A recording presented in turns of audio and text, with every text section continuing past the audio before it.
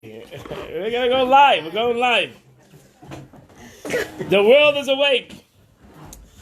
So it's one of the 12 sukkahs that the Lubavitcher Rebbe asked every child to learn. Yagaiti v'loy matzasi al tamin. If a person says, "I had yigia, I tried, I labored, and I didn't find," don't believe him. If a person says, I don't labor and I find, don't believe him. You only believe a person who says, "I have labored and I have found." It's also written, "If you seek her as silver and search her for her hidden treasures, then you'll understand the fear of God." That means if you're gonna realize that godliness, the fear of God, and the love of God is something that's a treasure. When you call something a treasure, it's something you have to dig for. So then you'll understand that it's not something that's going to come easy. It's something that a person has to work on. This means in a matter of a man seeking a hidden treasure, or the wealth buried in the depth of the earth, which he digs with tireless toil, so too undwells unflagging energy in order to bring to the light the treasure of fear of Hashem. So the Rebbe, we learned the Bible yesterday. The Rebbe, none of you guys were there, so I can say it a little bit. So the Rebbe talks about this week's Parsha. This week's Parsha starts off with the law of an Eved. Starts off the law of an Eved, the law of a slave. Why would the Torah start off with the law of a slave out of all mitzvahs in the Torah? Why would the Torah start off with the law of a slave? Right after Matan Torah starts off with the law of a slave. Why would the Torah give such a law? So self-understood, we got to go to Chassidus to find out what does the Torah start off with the law of slavery. So the Rebbe says, Chassidus says there are three kinds of slaves. There's an Eved Kanani, there's a non-Jewish slave, there's an Eved Ivri, there's a Jewish slave, and there's an Amma Ivriya, there's a maidservant. What is the difference between these slaves? An Eved Kanani, a non-Jewish slave, is a slave forever. A slave forever, right? He's sold into slavery, and he becomes it was called indentured slave. He becomes a slave, but in Torah law he becomes a Jew. He becomes a Jew. He's obligated in all the. Right? It says in the Torah yesterday, your slave is not allowed to work on Shabbos. The slave is not allowed to work, even a non-Jewish slave is not allowed to work on Shabbos. The slave is not allowed to work on Shabbos. He does do all mitzvahs leisesa and all mitzvahs say, shein azman grab. He becomes like a woman in the obligation of mitzvahs asay. So he doesn't have to put on tefillin. He doesn't have to daven maybe with a minyan. He doesn't have those obligations. He has other obligations. And then you have a Jewish slave, an Eved Ivri. An Eved Ivri is only a slave for 6 years. The 7th year, you have to let him free. Right? 7th year, you have to let him free. And then you have an Amma Ivri, a maidservant. Why was a maidservant sold into slavery? It's at the beginning of today's chitas. Why was an Amma Ivri sold into slavery? That she would marry into the family. Right? That which she'd marry him. The purpose of her slavery. Why was she brought into slavery? That she would marry either one of the sons of the master, or the master himself. He can marry another wife. In Torah law, right? So the whole purpose was that he would get married. She would get married. Did she have to convert though? No, she was talking about a Jewish slave. A Jewish, non-Jewish slave, a Jewish maidservant. Okay. So she had to marry into the family. If you didn't want to marry her, you had to let her out. You had to give her freedom. That was no. It was ASAP. You got to marry. He has to. That was the purpose of her slavery. Mm-hmm. That you had a situation, people couldn't find a shidduch. So you sold her. Sold her. Who? Her father. Yeah. Her father sold her. Sold her into slavery, and now she's happy. She has a choice, right? She had no choice. She has no choice. No, you can't marry. You can't force to get married. Oh, that's what I'm asking. No, you can't force to get married. No, you can't force anybody to get married. She has to be a slave there. But yeah. But no, either she wants to get married, Right. and you have to marry her, Okay. or you have to let her out. Even though the father paid a lot of money. Right? Because that was the purpose. Mm-hmm. Nobody Father paid. didn't Nobody. pay. Nobody. God got paid. The father got Father paid. God It was paid. Yeah, a you got bad paid. investment, that's all. It was a bad investment. No, the guy wouldn't invest, and that's you wouldn't buy it. Right. You wouldn't buy that slave if you're not planning to marry her into the family, What constitutes slavery for a maidservant? like a manservant. You have to do all the biddings of your balabas. So a father sells her. Father gets paid money Mm-hmm. She gets married, or not. and everybody's happy.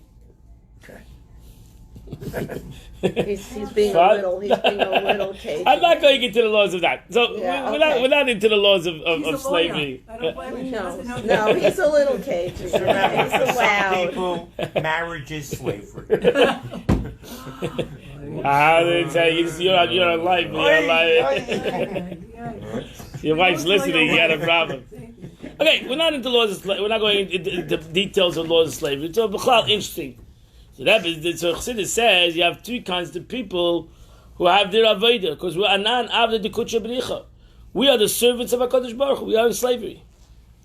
There are those that are Eved Kanani.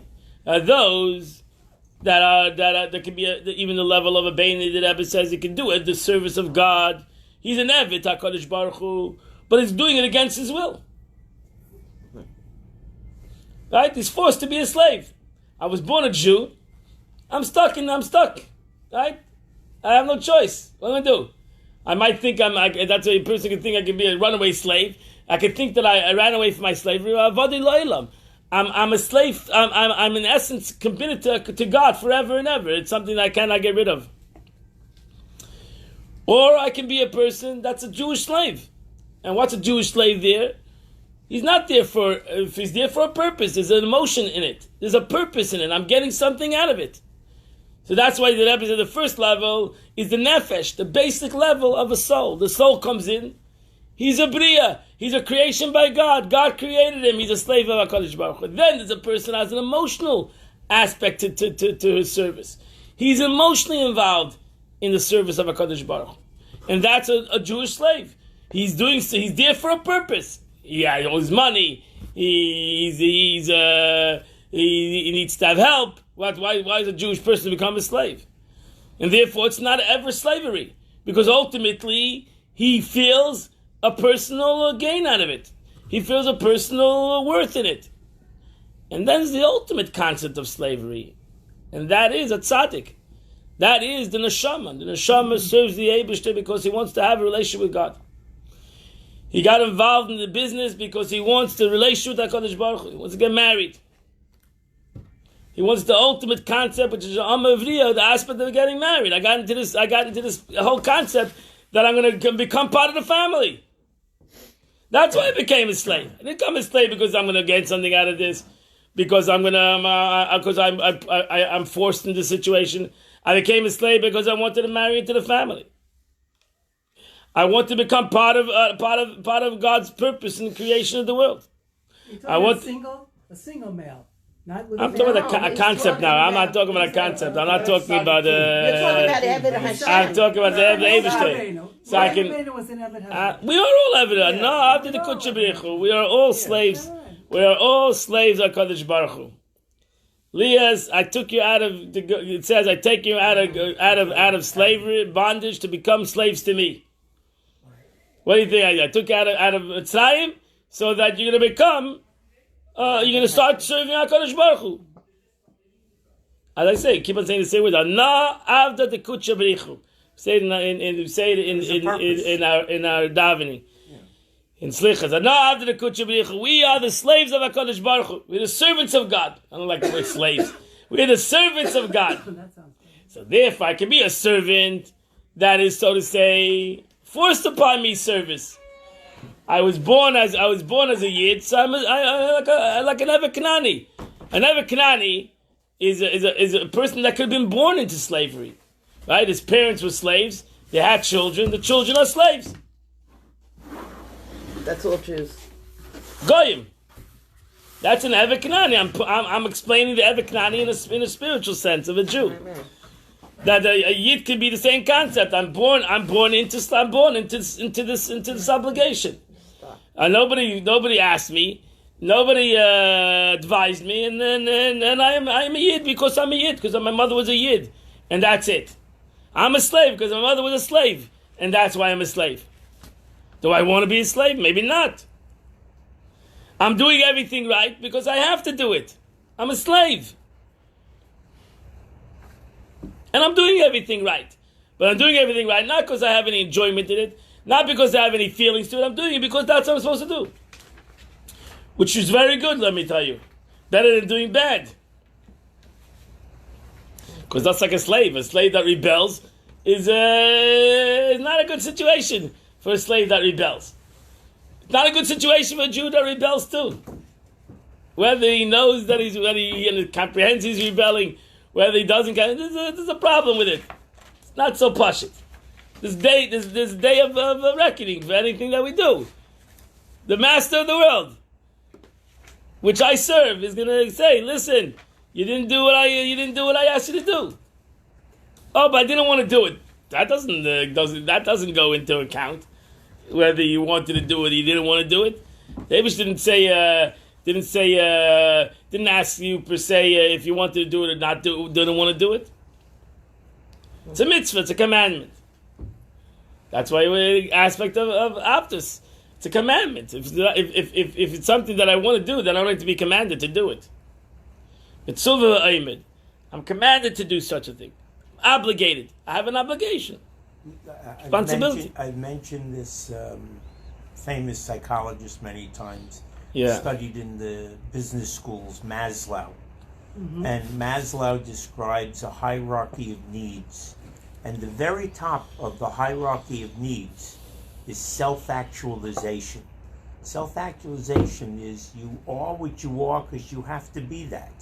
You don't have a choice in the matter. You are because that's what you have to be. But the Abish is not in the picture. That's the difference. Right, in Maslow. Right. Yes. No, okay. Brilliant. Yeah. But still, number one. so here the Abish is in the picture. Yeah. I'm not arguing God's in the picture. We're talking about a Beinoni that Rebbe says that the God is in the picture. But still, it's I take it as an obligation. I take it as an obligation.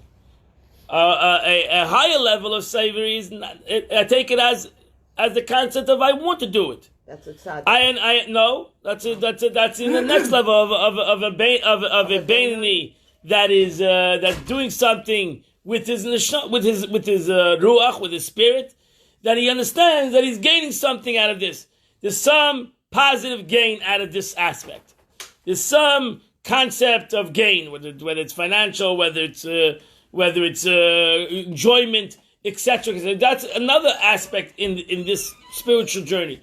So I have my spiritual journey. I start off as an Eved Kanani, as an indentured slave. I do what I got to do. Then ultimately I have to start to feel the concept. I have to ultimately feel that it's not just I do what I got to do, but there's some kind of a chayas, there's some kind of enjoyment in what I'm doing. The ultimate level is that my intellect comprehends that this is the purpose of it. That's the whole purpose of life. It's not that's not my enjoyment. It's not even that I'm slavery. It's that basically I'm accomplishing I'm accomplishing the whole purpose of why I was created and why there's a world. So it's a much deeper concept, right? So as explained, you can have the Gemara says. Mitzvahs ain't sich kavana. Mitzvahs do not need, I mentioned this last time, mitzvahs does not need to have any kavana, any kind of thought. You could do a mitzvah without thought. That's like a slave. But he did the mitzvah. Mitzvah ain't kavana. You're a slave. I know how the Kudsh be. I'm the slave of HaKadosh Baruch Hu. I do what the Abish says. You said it one time that if... But let me finish my thought. But if I have kavana means that Abish gave me a thought. God gave me a brain. What did God give me my brains for? He gave me a brain that I should use up my seichel.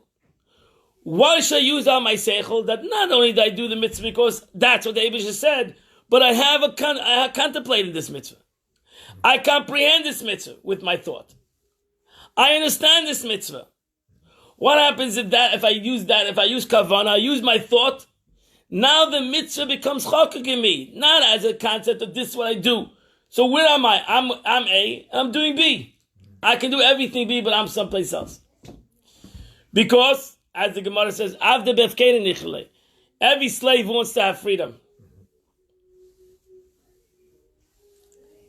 So therefore the Eibusha said, no, even though you're my slave, you are, took you out of Mitzrayim, but I want you to be Amlechas Kainim V'Gei Kaddish. I want you to be, that if you would be able to use out your kavanah, if you were able to use out your thought and your brains, you'll be able to realize that through this mitzvah, through this avodah, you're going to become a holy nation. You're going to become part of me. Eved Melech, that's what the Gemara says. Eved Melech. The slave of a king is the king. Who's closest to the king is the Melech, is the Eved. So not only does he does his avodah because he has to do it, he does avodah because in essence he becomes the Melech. Whatever the Melech needs to be done, the Eved does. So who makes the Melech a Melech is the Eved makes the Melech. Who makes the Eibush the king over the world is we make the Eibush the king over the world. What? We establish. So if we comprehend that, we become part of the business, so to say. We become a partner with HaKadosh Baruch Hu in creation of the world. And the Eibishter wanted that.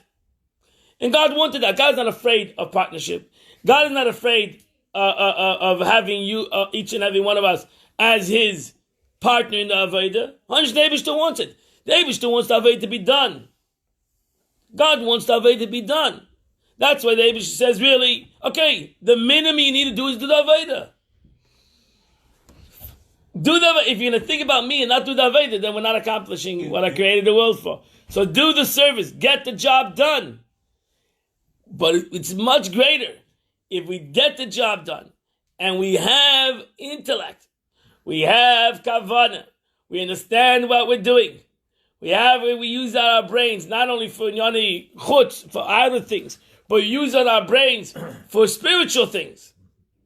You said in a simple way, when you do a mitzvah, you have to think of the mitzvah as part of Hashem. Otherwise, you're not really doing a mitzvah. You're just doing a task. I didn't think I'll do it. You're doing mitzvah. Mitzvah is not true. Mitzvahs don't need kavanah. You did a mitzvah. I never said it. That I made a mistake. No, a mitzvah is a mitzvah. You cannot take away from a mitzvah. A mitzvahs do not need kavanah. You did a mitzvah, you did the mitzvah. You cannot do it again. If I did a mitzvah, I had no kavanah, I can't make a bracha again on the mitzvah. Can't do it again. You lit the Shabbos candles and you were thinking about the baseball game, you can't make the bracha again. Can't do it again. You were not thinking about the Shabbos candles. It doesn't make a difference. You did the mitzvah. I put on tefillin today and I wasn't thinking about the tefillin. I can't make the bracha again. Can't. The mitzvah is done. And the mitzvah is done. You put on tefillin. The mitzvah is putting on tefillin. And I did it. I put on tefillin. I can't do it again. But self-understood, the Eibishter gave me a seichel.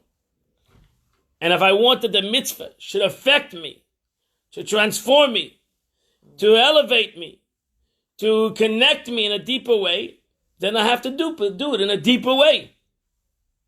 And if I'm not going to do it in a deeper way, then the mitzvah is done. And it's gone. It's gone. The mitzvah takes a second to do. Doesn't take more than a second to light those candles. Doesn't take much longer. You don't take a second more than to put on tefillin. It takes a second.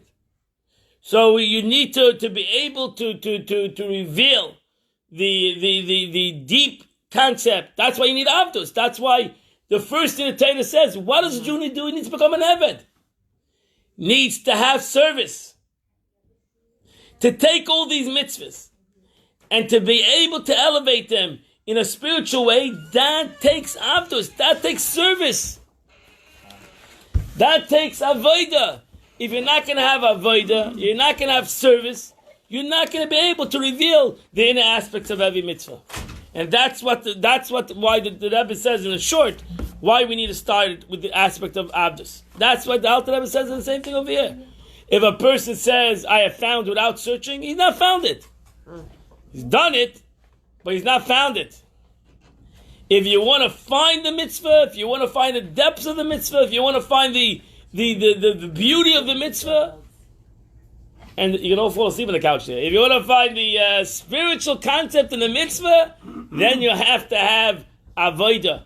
You need to have service of HaKadosh Baruch Hu. You need to go and dig. You need to dig a little deeper. Yet the purpose of the mitzvah campaign, when somebody goes out to put tefillin on strangers, it's a mitzvah. Do the mitzvah. it's just for them to Do do. the They're mitzvah. not going to get a deeper No, understanding. you're not. Do the mitzvah. Because you never know what the mitzvah is going to accomplish. But you do the mitzvah. Go out and do the mitzvah. Because you need to do the mitzvah. You cannot take it. By the time it's done, to come to a shir. Meanwhile, he has to put on tefillin today. To him to comprehend the mitzvah, it'll take him a couple of weeks to comprehend the mitzvah. Meanwhile, he needs to do the mitzvah. Give the tzedakah. Don't think, I should go to the mitzvah. I should. Correct. We need to do the mitzvah. Nothing takes away from doing the mitzvah. I'm not nobody arguing with you. You cannot take away from the mitzvah. No contemplation is going to take away. Is going to accomplish a mitzvah. It's going to elevate a mitzvah. It's going to bring depth and it'll bring the person to the mitzvah. But it doesn't take away. You can have all the spiritual contemplation. If you don't do the mitzvah, you didn't do the mitzvah. End of story. So the mitzvah is a mitzvah. You can't take it away from that. The question is, why did Abish? My general question: why did Abish give me brains for? So in essence, God didn't give me brains for mitzvahs. If I would say that there's no reason to understand a mitzvah, what is my brains for? For science, for lawyers. That's my brains. My brains is for Yiddishkeit. The Abish gave me a brain that I would serve it, that I would use it for Yiddishkeit. The Gemara says, we learned a Gemara in Masechta Yoma last week. The Gemara says, it says in the Torah, "V'dibarta bam." You shall talk only in Divrei Torah. Rabbi Yonah, Tana said, you only talk Divrei Torah. What did Abish give you voice for, words for? To learn Torah. Anything else is a waste of time. Shouldn't be talking in anything else. V'dibarta bam. Only talk in Divrei Torah. Everything else, why are you talking? Wasting words. Why are you invite the bum? It's a mitzvah say. This Tana says it's a mitzvah say. It's a positive commandment that you should only use your words for divrei Torah. They bite the bum. You say it in your davening every day. You shall say it. You shall speak in divrei Torah. Don't go so crazy. I'm not telling you the Gemara. Tana. So the Gemara in essence what to tell you to minimize the other devarim. Really, a person should talk to Torah. That's why they gave him the capability of speech. The wonders of God's creation. And I would say always, surely a person should only talk positive. Why would a person use words for negativity? It's a wonder of God. God created wonders of creation, the concept of speech, and using it up for a negative thing. It's a contradiction. So break your Yetzer Hara. How would you imagine if you go to the 7 wonders of the world and start breaking it down, start destroying it? You'll have a tumor. The world will go crazy, right? The wonder of the world, you're damaging it, right? Go to jail. The greater wonder of the world that I speak is the greatest wonder of the world. And what am I doing? I'm damaging it. I'm talking narishkeit. I'm talking lashon hara. Talking evil. I'm taking the wonders of creation. I'm using it out negative. It's a good analogy. Mm-hmm. It's true, but we don't think of it that way. We take it for granted. We take speech for granted until chas v'shalom we can't speak. My wife got laryngitis last week. Can't speak. Can't speak. It's tough when you can't speak. People that chas v'shalom get a stroke and they can't speak. It's a terrible situation. Terrible can be a very strong, very harsh. Decree. What? Decree.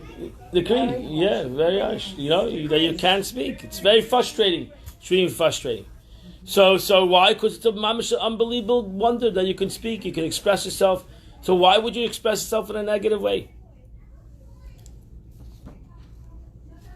Why would you use that, a wonder of HaKadosh Baruch Hu, in telling somebody a negative thing? Using those words. We have to learn the laws. There's so many laws of Lashon Hara. Right. It's But here's a basic law. Don't talk. That's it. Finished. Don't learn the laws. The laws is don't talk. It's a very basic law. Don't talk. Finished. Why you going to do it? It's a one basic law. Siag lachash v'shtika. Don't talk. Gandig. What? Just make brachas. That's not what that was. What you shouldn't speak? No, those don't speak negative. I didn't say those don't talk. Those don't talk negative. Finish. Gandig. End the story. I have one simple law. Easy to say, but Huh? people don't realize where the negative is. I'm learning and I'm going, what? That's wrong. We shouldn't say that. People realize. People know what's negative, what's positive. Not really. Yeah, they do. People that don't know. No. You think Yeah, that's ignorance is bliss. I don't believe. I have more faith in humanity. They know what they're doing. We have a Yetzirah. We have an inclination that doesn't let us. That doesn't keep on pushing us to do negativity. It just justifies us. Yeah, justifiable. That's what the Alter Rebbe demanded the emes. When you're doing something wrong, know the emes. Don't So why would it tzaddik? Don't fool yourself. Don't from the diminish Alter Rebbe on your. Lashon Hara, or No, it's only the Chafetz Chafetz Chaim. Chaim? Why would it Excellent. tzaddik be stricken with? Yeah. Why would it tzaddik be The stricken Rebbe with has to- aphasia? yeah, Right? Why yes. would it? And who's being punished? The Hasidim. Who knows? Who can comprehend? It's above and beyond comprehension. Some- Lay machshavesa, machshavesa. some- I don't- I don't The Abish has his own agenda. Okay, he has why the tzaddik is sometimes struck with Look at non-speech. Moshe Rabbeinu with the tongue, Yeah, because that's he's true. nursed from non-kosher mitzvah. So let's go weiter. So to reveal the emes, you have to go out. You have to go deep.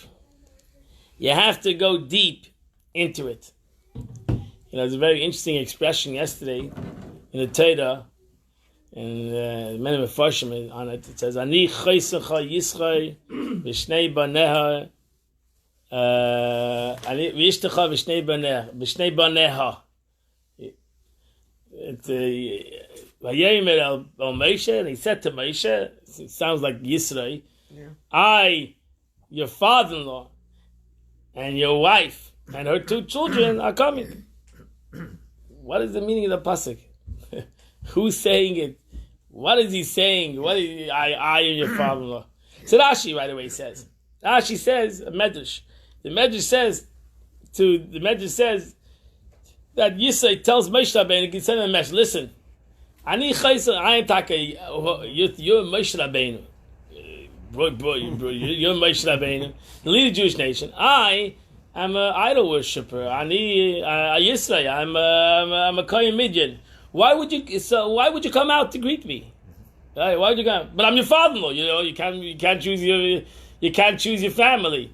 Ani chayes, come out for my honor, for my father. I'm your father-in-law. I know I don't deserve the honor, but I'm your father-in-law. You don't want to come out for your father-in-law? Come out for your wife. Oh, you might say your wife. Your wife is also a Midianite. Why would you come out? For the kids. He was such idol worshiper. So come out. Let me finish my Not thought. an Come idol out. worshiper. Excuse me. What? He was not an idol worshiper. He was sucking. Even when Moshe Rabbeinu went to the well and met the Kohen daughters, Midian. he had Kohen Midian. forsaken No, idol but until worship. they didn't become a Yid until he came to the midbar. Oh, It's that's Kohen something Midian. else. But he had forsaken idol worship. No, but he was a Kohen Midian. He was called Kohen Midian. He was called Yisrael Kohen Midian. I don't know. Tried every Pasuk says religion. Yisrael Kohen Midian. Yeah. He was a Kohen of Midian. Yes. So Rashi says, "Come out for me. I'm your father-in-law.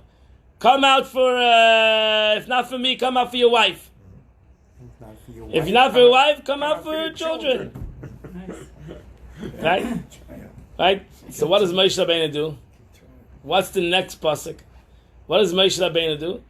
He comes running out, and he comes running out for him, for his father-in-law. Right? He comes running out, What's and the because word? and Rashi says when he comes running out, Yaron comes running out, and then all the Jews come running out. They all come running out, But only he and kisses they the father. and they he hugs and kisses the father-in-law. What's the Not- He not the wife, right? He hugs and kisses the father-in-law. So what does Moshe Rabbeinu want to say? I love you. What do you tell you saying that? Oh, who am I? Who am I? I'm an idol worshiper. I'm a nobody. I love you. Who you are. I see who you could be. I see what you could be. And Moshe Rabbeinu begs him to stay. He doesn't stay. Moshe Rabbeinu begs him to stay. Moshe Rabbeinu begs him to stay. So Moshe Rabbeinu says, I see the deep depth of you. You're saying you're nobody. You're saying you're a Kohen Midian. You're just you're my father-in-law. No, you have your own greatness. You have your own greatness. So Moshe Rabbeinu shows Yisrael, and it really shows, the Medrash says, Moshe Rabbeinu shows us that we should never put anybody down. It's Kohen Midian. Never put a Yid, never put another person down. Surely another Yid down. He ultimately becomes Bukiet, right? Right, so straight. But then he leaves. But then he goes back. Whatever. I don't know. It's In the interim, there's conflicting midrashim In the in exactly what happens to Yisrael. In You the don't interim, know he's got- Yisrael is he's an interesting character. He's got all these concepts of, laws. he doesn't want to and stay. But he doesn't shaftim want to stay. He doesn't want to stay. But his children become part of it. Kahanim, his children, his son, his daughter's married to Moshe Rabbeinu. His next daughter marries Eliezer. His children become Kahanim. So he has some his chusim. He has great chusim. But he goes back. Yisra disappears. Yisra himself disappears. Disappears. You don't know what the Yibsh's plan is. He converted, but then he goes back. You don't know what the It's Yibsh's not. plan is. You don't know. In learning You don't know, the Shoftim, we learned that there was a Chelka area that he and his Kenites lived. That he was living there. Yeah. Okay. Yeah. But Pashtus, he goes back. Yep. Moshe Rabbeinu asked him to stay with the Am Yisrael. He goes back. He goes back. Question is, does he go back before Matan Torah? He goes back after Matan Torah. It's not clear in the pasuk because in the simple wording of the Torah, he goes before Matan Torah. In the way the Torah, but ain't muktim muchla Torah. So it could be there's no chronological order of the Torah. So it could be he goes back after Matan Torah. It's not a clear exactly. It's different arguments exactly when he comes and when he goes. It's a How famous many years argument. does Moshe Rabbeinu spend with him? Long time, right? He goes to That's Midian. also a He's question. there a long time. Yeah. The question is how long. First of all, he threw him into prison for a couple of years. He's officially in prison for many years. Yesterday throws him into jail.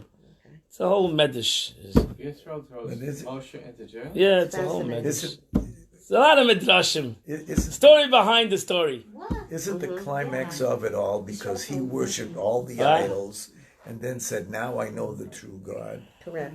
What? And Yisrael Yisrael. said, "Now I know the true God." And the And Chametz. so Right. Yeah. he's Actually, the Gemara says in Rashi, the Rebbe talks about Mashmu Shama Uba. Yisrael, Vayishma Yisrael, last Parsha, Vayishma Yisrael, Yisrael heard. The Rashi, right, it says Mashmu Shama Uba. I mean, what's Rashi's question? Mashmu Shama, it doesn't bother. Vayishma Yisrael, Kayim Midian, that's called Asher Asa Hashem Moshe Yisrael. It says, the Pasuk says. So, the Rashi, Translate that, please. it says when Yisrael heard all that God did to the Jews and to the Egyptians, and then Rashi, the first Rashi says, what did he hear that he came? Wait, look at the pasuk. The pasuk says it openly. So the Rebbe says that Rashi is to Mashmu Shuba Uba. What does that mean? Rashi means Rashi's asking what did Yisrael heard a lot of good things, and he surely would have come and investigate. But what brought Yisrael to change his life? What brought Yisrael to Taka Megayer, to change his life? Yisrael. What brought this Kohen Midian? Yisrael was a Kohen Midian, was a priest. He was a wealthy man. He was a minister by Pharaoh. He had all the credentials. He was a highfalutin individual. What brought him? What brought him? Mashmur, ba, come. What brought him to come? He heard. The graduate was by him. So what was Mashmur Shama Ba? What brought him to bring his his daughter back to Moshe Rabbeinu, to come to bring the children to bear Uba, and he himself should come part of Am Yisrael. And because he heard that something moved within him, we saw something moved within him. That's why it's Parshas Yisrael. That's why the whole Parsha is called Yisrael, and the whole first 5 readings of the Torah is about Yisrael before Matan Torah, because you can have Matan Torah, but you don't come to it. You can have revelation of godliness, you can have all the learning, but Mashmur Shama Uba. What is you learn? You're learning here, and you can hear a lot of things. Well, what moves you? Ma shmua shama uva. What is the here that he heard and he came? Everybody heard about Yetzias Mitzrayim. Everybody heard, not only yesterday. Yes, yeah. The whole world heard about what was going on, but nobody moved. What brought Yisrael to move, to take himself away from what he was, to bring himself to a different reality? What did that? What? Truth. What did that to him? know the truth. What? No, but it had to be. No, He no. saw. He felt the truth. I thought it was So he the felt final- it in with him, in him. Something moved him in him. Something moved him. Something moved him. I thought it Okay. was the final And Rashi miracle says, of the sea. not what the Torah says. Rashi says he heard Kriyas Yamsuf. He heard about the man. He heard about Torah. Amalek, the Muhammad's Amalek. Correct. So there was a couple of things that he heard.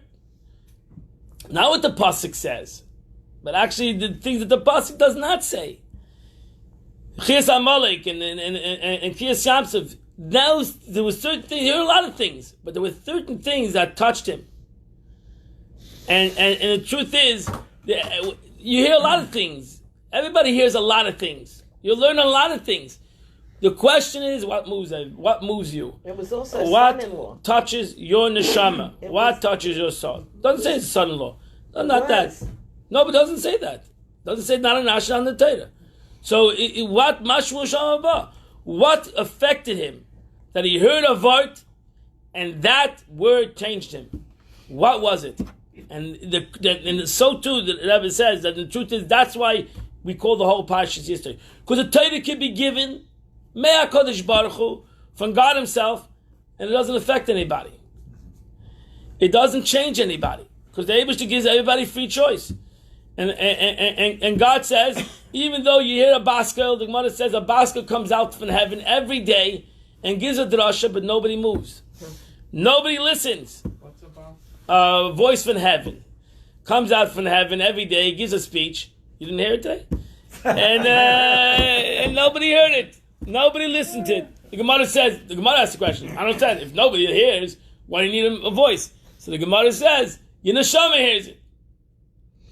So now, I gotta find my neshama that heard the baskel. I had to find that soul that heard the baskel, that heard this drasha, heard the speech, and I gotta connect him.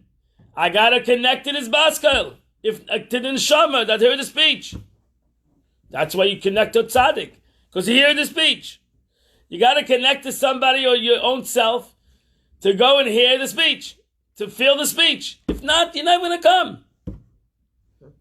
If not, you can't. It's very difficult to change oneself. It's very difficult to ultimately transform oneself, to be able to dig deep and to find the treasure that you have in yourself. The Eibusher says, in essence, the Chassidus says, that every Jew has a treasure in himself. And if you can be able to go a little deeper, not to do only things because that's what he does, and that's what he needs to do, and that's what he has to do, and that's what he's been taught, etc. It's beautiful. Nobody's arguing with that. But to go and reveal the neshama that's within me. To go and reveal the treasure that I have hidden within me. And if I can reveal that treasure that I have hidden within me, I'll be able to overcome many things in life. It would change transform my life like Yisrael. One thing or two things. That's what he heard. I mean, he heard a lot of things. But there was 2 or 3 things that affected him. That spoke to him. There has to be, as I said a couple weeks ago, there has to be a prayer that speaks to you. There got to be one prayer that speaks to you in the whole prayer book. It's hard to have every prayer speak to you. You got to figure out one prayer that speaks to you, Psukei de Zimra, one prayer that's a Zimra that speaks to you. There's got to be. If you learn if you read through it, you would understand the prayers. At least one prayer. That prayer would awaken our hearts. It would be able to wake my heart up. Because it's that one prayer that speaks to my neshama, speaks to my soul, and speaks to my guf, my nefesh haba, my animalistic soul. But that takes some aspect of Aveda, some aspect of service, some concept of meditation, using my brain for the aspect of learning. So you have to have yigia, a little bit of yigia, a little bit of searching, and you'll find it. That's basically the concept. Oh, yeah. Yes. So therefore, which is buried and concealed with understanding of the heart in every Jew's individual. This is being quality and the level transcending the limitations of time, and this in the natural hidden fear revert to Abba. That's what we're looking for. Looking for that you have Avas Hashem, right? We have Ava to everything that has a time and space. You think about it. We have Ava to everything that has time and space. Nothing that we love is here forever.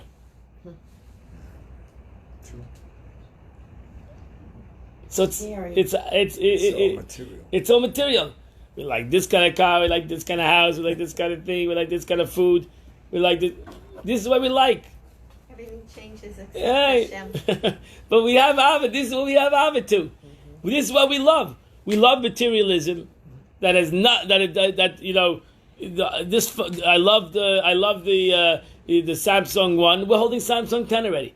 I love one. What happened to one? It's outdated. Who has one anymore? Do they ever have one? I know they're holding Samsung S10. We're holding S10. It's still there, but we're having S10. We're finished. It's already Windows 10. Who's using a Windows 1?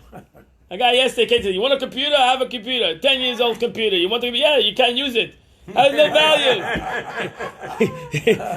Maybe you can type a couple of words on it today. It's an old computer. It's a beautiful computer working. I'll convert it for you. I'll get it to work. No, it's working. It's working. You don't have it doesn't have the components that can go. You work on Windows 10. You got to change the whole inside. You might as well buy a new computer. So you got to change the whole inside. It's all changeable. It's all throw out. It's all throw out. Doesn't last forever. And we what? Disposable. Thank you for the right word. And it's disposable. And why? Because we love Gashmis. That's what we have our Ava, in Gashmis. And that's life. Physical? But physical in Gashmis. We need to have Ava in the Eibishter. We need to find a little bit of Ava in Eibishter. And the way you find it, the Eibishter is Chachma. You learn Torah, is the wisdom of God. You can find a Geschmack in wisdom. Find a Geschmack, a delight in a Yiddish song, in a Chassidic song. Right? In a Chassidic song, we find again the Geschmack in Goyish songs, non-Jewish songs that have what to talk about, negative and again, nothing that lasts forever. I said to the Chas and Kali yesterday, we say under the Chuppah, you're holy to me. That lasts forever. If we're holy to each other, it will last forever. If we love each other, love doesn't last forever. Love changes. The love that I have when I got married 20 years old is not the love that you have when you're 50 years old. So it's a different love. It changed. So we don't want that. We're looking for a concept of nitzchis. We're looking for a concept that our relationship has some spirituality in it. So that creates a spiritual thing, that creates something that's above time, above time and matter. Within time and matter, because you're holy to me. I'm a human being. So we're not becoming angels. We're human beings. We're getting married.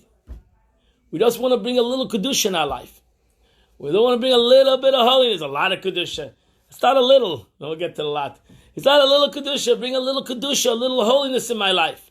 If I bring a little, the Rebbe would say, you have a bias, bring some holiness. A bias, mother svarim.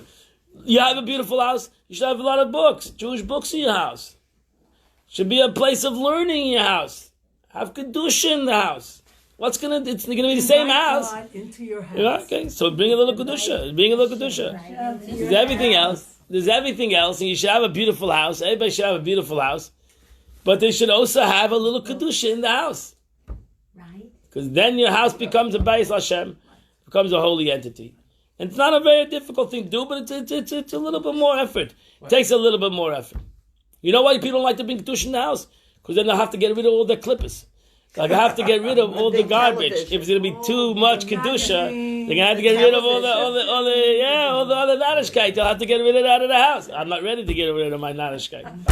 I'm not ready to get rid of my other stupid things that I have in my house. Me neither. Yeah, right. So I'm not ready. So I'm not gonna be kedusha. I'm not gonna put the chumash next to Moby Dick. They don't fit.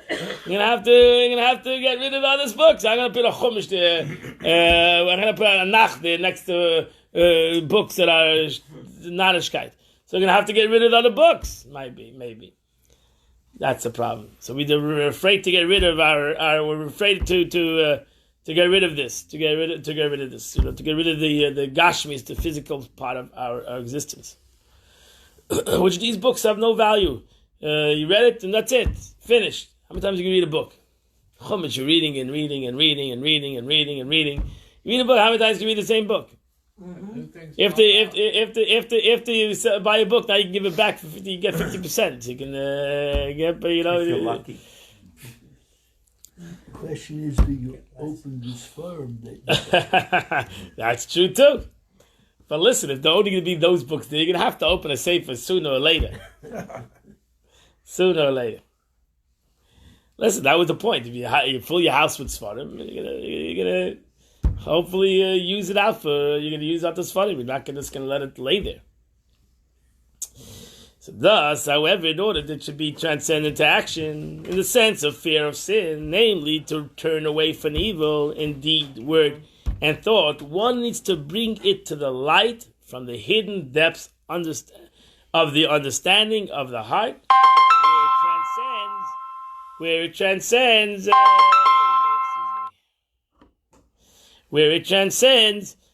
time, and to place it within the realm of the actual thought that's in the brain. That's the next step. The next step is where I take the intellect and I bring it as an abstract concept, and I bring it into a real concept. So therefore, I have yiras chet. There's one thing not doing a sin, and there's something that comprehending the negative of sin. Understand? To comprehend the negatives of sin. The negative effect of sin? Negative effect of sin. Okay? There's something that I don't hurt you, even if in regular terms I don't hurt you, and there's some things I comprehend why I don't want to hurt you. 5 on the You understand? I don't want to hurt you because I love you. I don't want to hurt you because I don't want to hurt this relationship. We have a relationship with each other. Right? So why would I want to do that? I don't want to hurt you because you're not another human being. I'm a good person. I don't hurt people. I don't want to hurt you because we have a deep relationship with one another. Why would I want to hurt somebody that I have a relationship with? Unless you're unaware. Then that's sad. Yeah, That's sad. So therefore, I can never hurt you. I can sometimes not hurt you because ultimately in a sign. I never came and got a chance to hurt you. Baruch Hashem.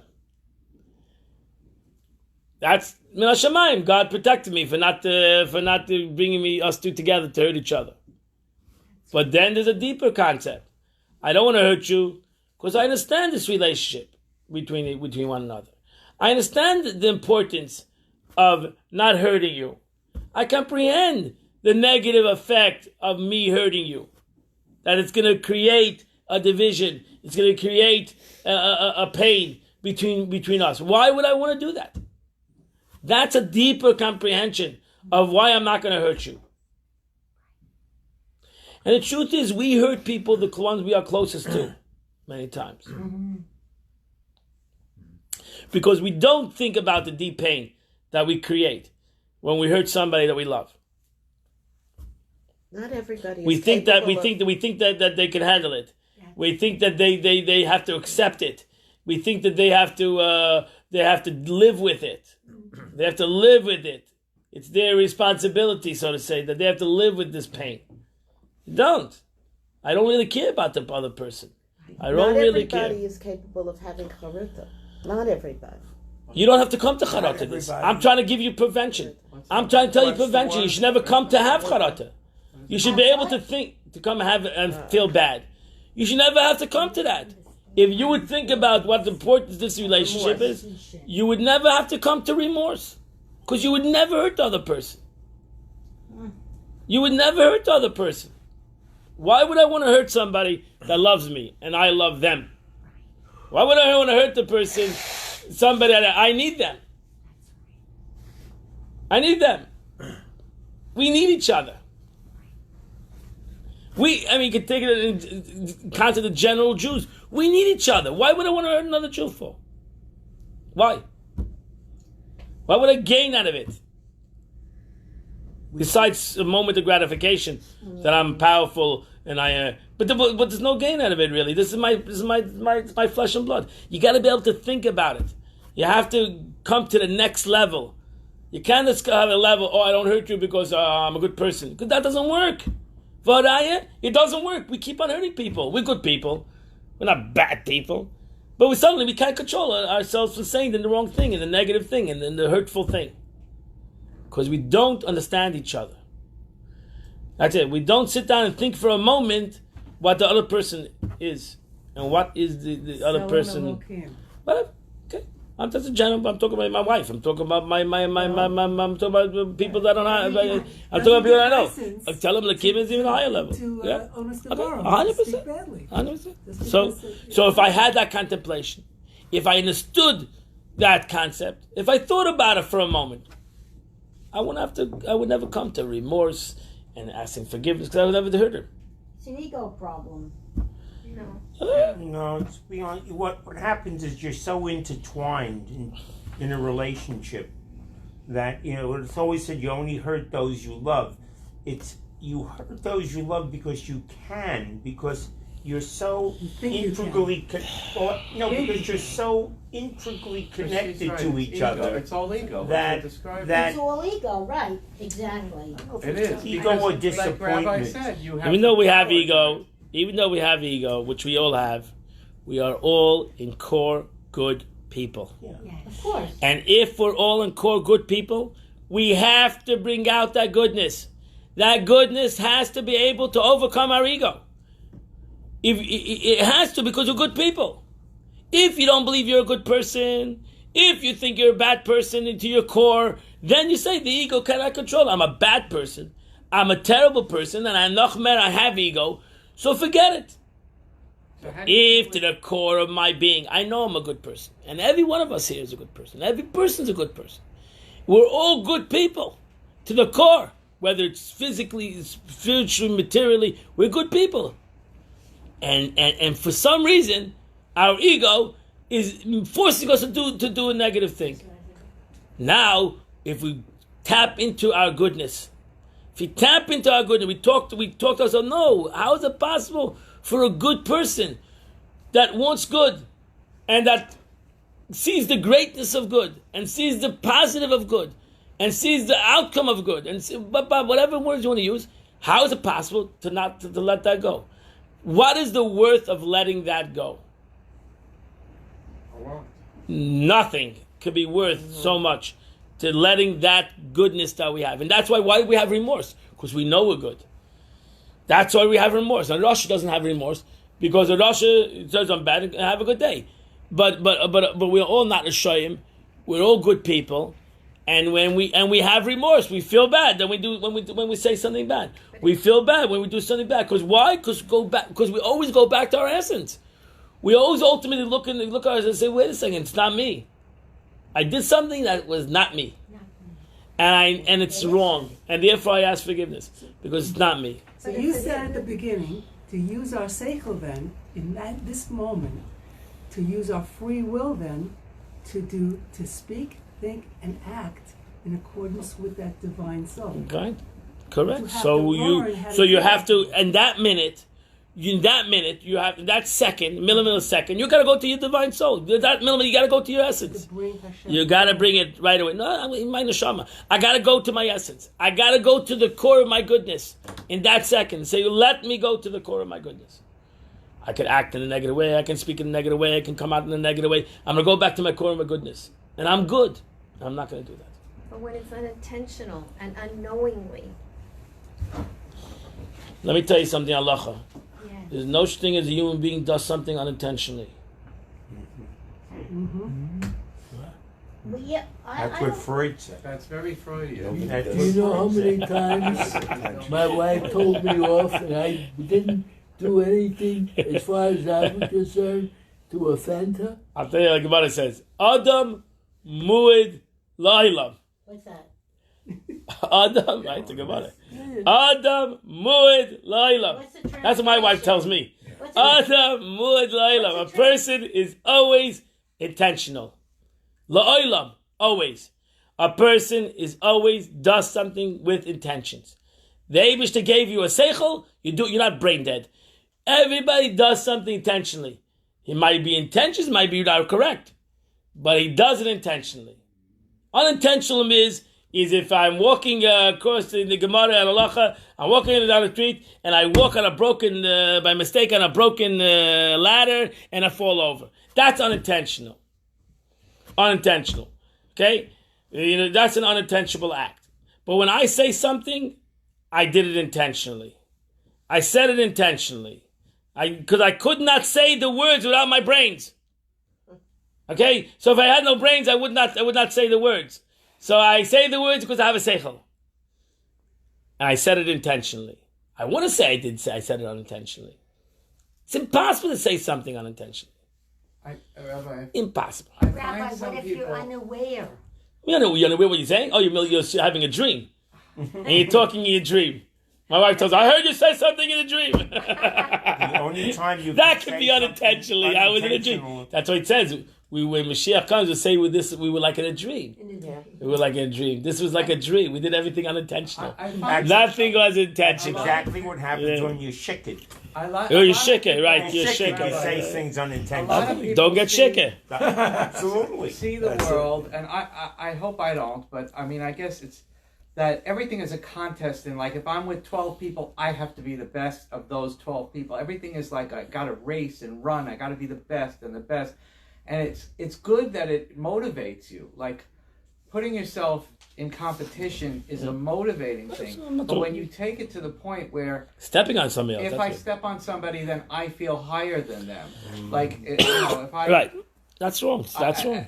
in order to That's ego. elevate That's ego. themselves, Full they ego. have to envision Kina suffering themselves type of higher chachmim. than the other. Kinesa from the Everybody jealousy has of. their special gifts. How about be your best self? Everybody has special gifts, Be and your best maybe self. maybe you're the And it best makes looking you in the room, or the They say a story. smartest in the room, They say or a story that once I think it was the Alter Rebbe saw his two children. One was older and one was younger. The Mitzvah Rebbe, and the Mitzvah Rebbe was shorter than he was not the older son, and his brother was bigger. So the bigger brother would always win. So what happened? One time the Mitzvah Rebbe saw there was a ditch. So he pushed his brother into the ditch. Now he began to hire. So the Alter Rebbe called him in and said, "Listen, if you want to get higher, just go in a chair. If you want to get higher, just go higher. yourself. Just go higher. Don't push somebody else down to get higher. Go higher. But it's That's the way you should get higher. Not pushing somebody else down. Get higher. Get a chair. Get higher. Destroy your Go higher. competition. You should That's go the higher thing. to get higher. Yeah, the Eibishter want that people should motivate each other and to get better and to do better and to be motivated. What happens when we see somebody is a holy? We say, "Oh, I know him. He's a ganef. I know him. He's a fake. I know him. Right." We always knock everybody. We usually knock people that are seemingly he's not real, whatever. We have a jealousy of that, maybe of another person that maybe is more learned. Oh, he's more learned, but I know he's people are fakes. it's a good fake. Let him fake to be better. What's it bother you? And once the Fidig Rebbe called the person, he says, I want you to go, I want you to dive in. I want you to dive in with your talus over your head and shake. So he said, it's not me. It's not me. So he said, first of all, you'll fake it till you make it. First of all, you're going to fake it and ultimately So you become should see you. people like that. And number two They're in is the maybe you'll inspire process. somebody else. They're in the Maybe you'll process of inspire making somebody it. else. Fake it a little bit. Okay, that's a good Maybe way to look at it. they once came to the Alter Rebbe and they told him, your chassidim are faking it. They're not real, they're fakers. So the Alter Rebbe said he's very happy. So he said, why are you happy? Because the Alter Rebbe says it's the Mishnah. It's a very interesting Mishnah. The Mishnah says whatever you fake in life, you're gonna ultimately do it. So if you fake your the Mishnah says, if you fake your lame, you'll become lame. Oh, yeah. If you fake your whatever you're gonna fake in life, you're gonna ultimately do it. Ultimately, it's gonna happen to you. So the Alter Rebbe said, now you tell me my chassidim are faking it, that's fine. So that means the Mishnah says that ultimately can be chassidim. So let them fake it. Let them fake. They're on the right path. It's all right. It's not. That should be the biggest problem, that we fake being holier. That's be the biggest problem. We should all fake being holier. That would be our biggest fake in the world. When I first put a kippah on, I felt very uncomfortable, and I decided I'm going to leave this on. Every day I'm going to wear it. But I stopped. I stopped using poor language. You see that? And it got me to remember. That was beautiful. I was faking it. I eventually. Now you made it. I can't feel comfortable going out of the house. That's true. That's very true. You see that? That's a very powerful thing. Thank you very much for saying that. But it's very true. So why? Because you took something and you brought it into action. You see how you just gave the Alter Rebbe's example. You did something, you did a mitzvah, you didn't know, you faked it, but ultimately it changed you. It ultimately will change you. Any mitzvah that you're going to do, and that you're going to think about it, you'll ultimately force you to think about it. That you're walking around a yarmulke on your head will ultimately change you. Because it has to. Because why? Because the brain. Because the Alter Rebbe said in the beginning of Tanya, the brain rules the mind, the motion. That's the way God created it. The Eibishter gave you a brain. The more you think about positive things, the more you think about godly things, the more it's going to affect you. It's impossible to say I'm thinking about godly things and I'm not going to do godly things. It's not possible. It's not the way God created it, the situation.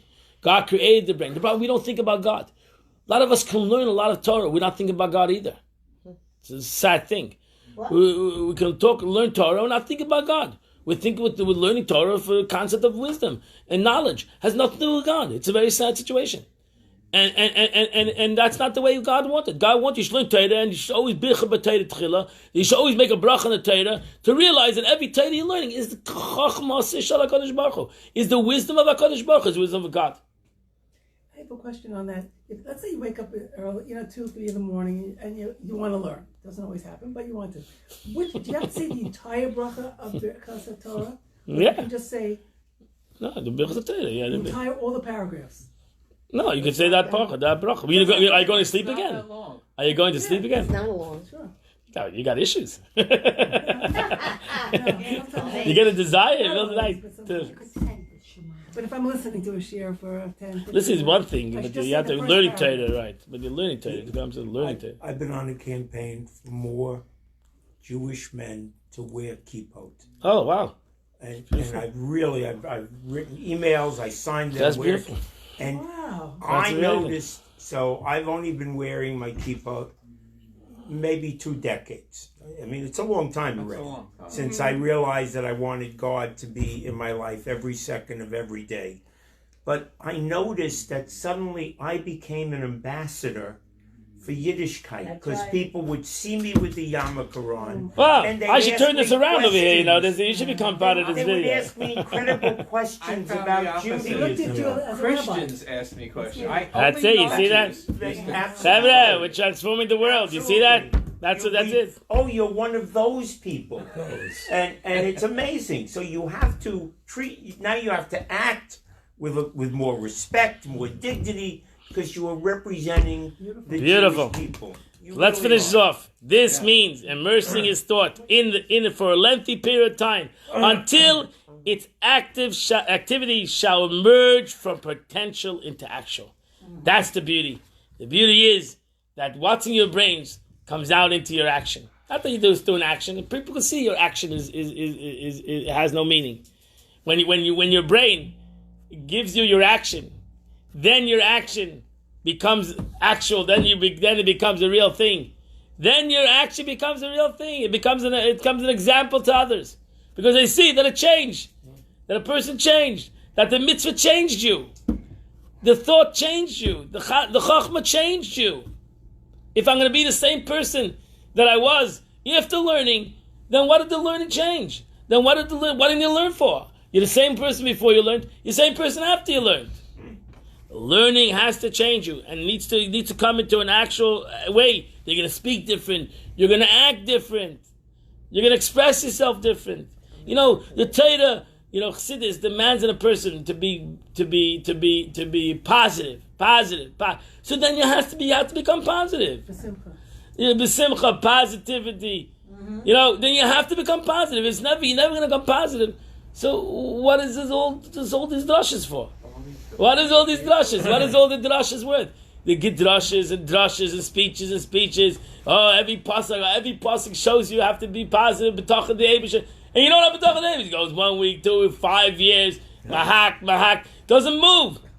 I'm creative, talking to the walls like a brick wall.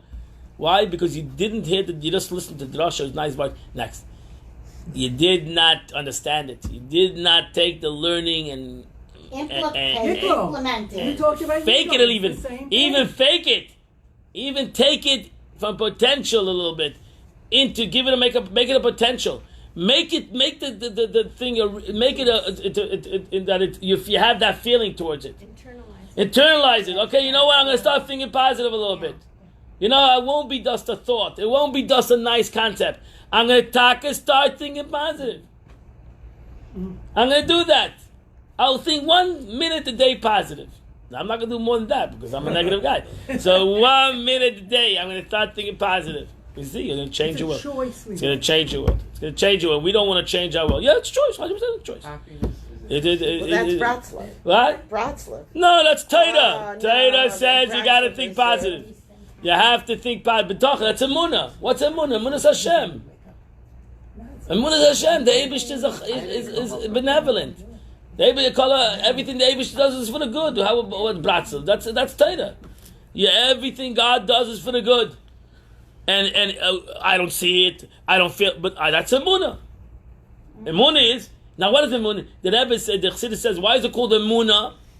Faith, trust. Emunah is faith. Because Emunah comes from an Umin. An Umin is a sculptor. A sculptor is an Umin. He's an Umin, or a painter, or a sculptor. What? Idol worship. No, a sculptor. A guy who makes sculptures. So an Umin is a sculptor. That's the origin. That's the origin word. Umin. So why? Because a sculptor or a painter, by him the picture's there. He's got the whole picture ready. Yeah, he doesn't see it. He doesn't see the block of. He doesn't see the block of. Michelangelo. He doesn't see the block of whatever called stone. He sees the sculptor. I see a stick stain. He already sees the sculptor. He already sees the picture. He's got the whole picture in his mind, and that's why I see a stone. So by me, it's a stone. And I'll never be more than a stone.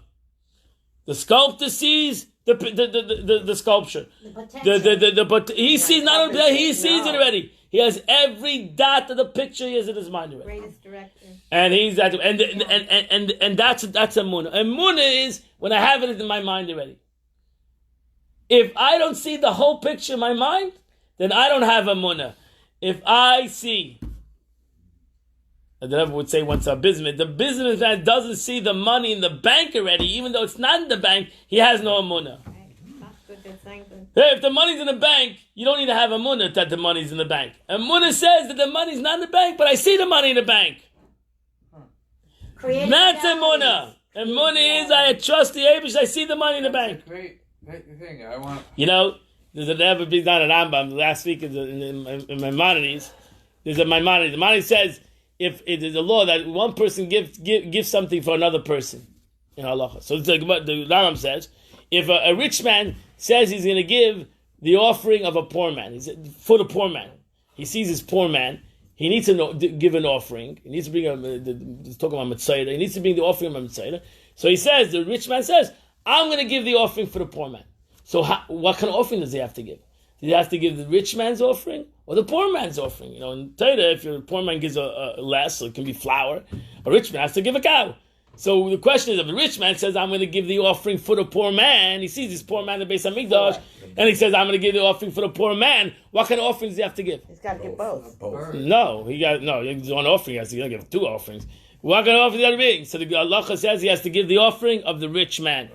Even though he's giving it for the poor So man. why doesn't he give the money to the poor man so the poor man can actually give his own offering? Yes, that's the point. The point, he gives the money to the whatever. It doesn't say how he does it. But he has to give the offering of, he's the Mitzvah. The rich man is not the Mitzvah. Right. So he has to give it to the poor man. He has to give his offering. Ah. Like, as if he was the Mitzvah. Wow. Okay. What happens if a poor man, for whatever reasons, Beis Hamidrash, and he's standing next to the rich man, and he's the Mitzvah. He says, you know what? I'm going to give his offering.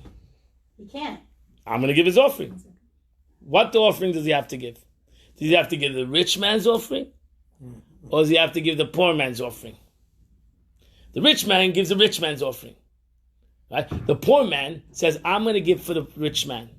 Gotta give the rich man's offering. So the halacha is he has to give the rich man's offering. How can he give the rich man's offering? He's a poor man. So once he makes a neder, the halacha says he'll get the rich. He'll get the rich man's offering. He makes a neder to the Eibush. I'm going to give the rich man's offering. A vow. I'm going to give the rich man's offering. It's a neder. He made a neder. I'm going to give the rich man's offering. Now God will fulfill that neder. No, The Rebbe says that's the halacha. That's not a hope. The Rambam says that's the halacha. The halacha is that the poor man, really the poor man, just like the rich man, the poor man maybe should give a poor man's offering. No, the poor man has to give the rich man's offering. Because when the poor man says, I'm going to give the rich man's offering, even though he's not capable of giving the rich It's man's already offering, happened, though. the Eibush still make sure he'll give the rich man's offering. He'll make sure he has the money. He'll to make do sure it. he has the money to do Yeah, it. now Okay? you're poor Because again. that's he was poor before. Right. So the Eibush says if it comes to a mitzvah, it comes to tzedakah, it comes to that aspect. If you don't have, that's Amunah. Amunah says if you think big, I'll give you big. You want to think like a peanut? You get like a peanut. You want to think big? You'll be big. Think big. That's Amunah. Amunah doesn't mean that I'm big and I think big. Amunah means right now I'm small and I think big. I have Amunah. I have Amunah Hashem. I have a talk in the Eibishter. The Eibishter. Because everybody has potential to be a rich man. What are you talking about? This is everybody has a potential. Why should I be poor? Tfilah Leoni. Everybody should be rich. And I have potential to be rich. If the Eibishter wants to make me rich, he can make me rich in a second. It also goes Liya to the Kesel Liya concept Zav. So the Eibishter can make me rich. I can win the lottery tomorrow. time. What? It goes to the concept of time, right? It goes to the concept of my Amunah. I don't know. Okay, it goes to the concept. It's to bring. I have to make it a potential. The problem is I don't make anything It's potential. potential, it means I you're am expecting not willing to go above what I think my potential is. I've decided my potential is, and I'm not going to go above that potential. And that's the chaval. That's the sadness. That we don't go to the essence, to our true potential. To our true essence potential. In the goodness and kindness and doing Torah mitzvahs. We don't go to our true potential, and we never get to actuality. So therefore we have to go to the potential. And we have to, and that, if we go to the potential, we'll also bring it out into the actual. We'll bring it out in the actual. Turning away from evil and doing good in thought, speech, and act because of God. That's the point. If we can just do that, we will ultimately accomplish the journey. Okay. We just have to do that. We just have to do that. Because we all could do that. Nobody could tell you that you don't have the potential. Abish gave each one of us an neshama that is unlimited, unrestricted, right? No time, no space, timeless. It's unbelievable potentials that it could have. And we are limiting its potential. That's the greatest gullus to the neshama, that we're limiting its potential because we're just going to limit concept. We're not going deeper. We're not contemplating. And the Eibishter gave us a Torah that we could go deeper and we could go much further in everything that we know. Right? We could go much deeper in everything we know. We could learn Torah much deeper in much that we know. We just have to do it. We have to learn more. And the more we learn, the more we'll accomplish. Have a wonderful, beautiful